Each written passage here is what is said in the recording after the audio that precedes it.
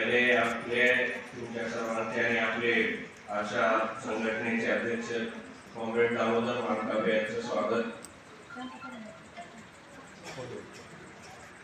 त्यांचं स्वागत पुष्पा पैठणे यांनी करावं असतं.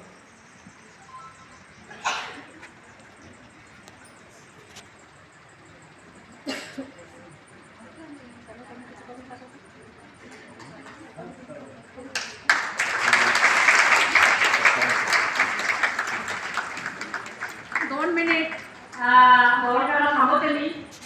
जी कमिटी आहे आणि तुमचं सुद्धा सगळ्यांचं ही कमिटी खाली येऊन प्रत्येकाला गुलाब पुष्प देऊन तुमचं सुद्धा स्वागत करणार आहे. तुम्हाला सुद्धा गुलाबाचं मिळणार आहे आणि नंतर नाश्ता सुद्धा मिळणार आहे.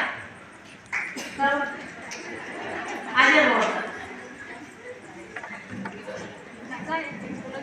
मंचावर उपस्थित सर्व मान्यवर, समोर असलेल्या सर्व माझ्या संघर्षशील भगिनींनो, आज आपण सर्व जागतिक महिला दिन साजरा करण्यासाठी आज इथे जमलेलो आहोत. हा साजरा करताना फक्त शुभेच्छाच नाही तर महिलांचा हक्क, सन्मान आणि काही लढाईच्या आठवणी करून देणारा हा दिवस आहे आपला. खरं आपल्या देशात विशेषतः छत्रपती संभाजीनगरमध्ये आशा व गट प्रवर्तक महिला आरोग्य सेवा, समाजसेवा आणि जनतेच्या हितासाठी अहोरात्र काम करत आहोत. आपण सर्वजण कोरोना काळात असो किंवा रोजच्या आरोग्य सेवेमध्ये तुम्ही सर्वांनी अत्यंत धाडसाने आणि जबाबदारीने काम केलेले आहे. परंतु आजही आशा गटप्रवर्तक महिलांना योग्य मानधन, सुरक्षितता आणि कामाचा सन्मान मिळवण्यासाठी संघर्ष करावा लागतो आपल्या सर्वांना.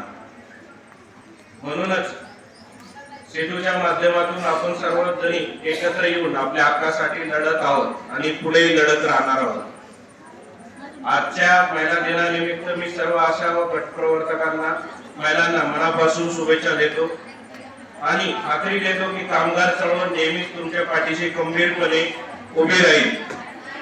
चला महिला सन्मान आणि समान हक्क आणि न्यायासाठी संघर्ष अधिक मजबूत करूया. जागतिक महिला दिनाच्या सर्वांना मनपूर्वक शुभेच्छा देतो, लाल सलाम करतो आणि माझं 2 मिनिटाचं भाषण थांबवतो. धन्यवाद.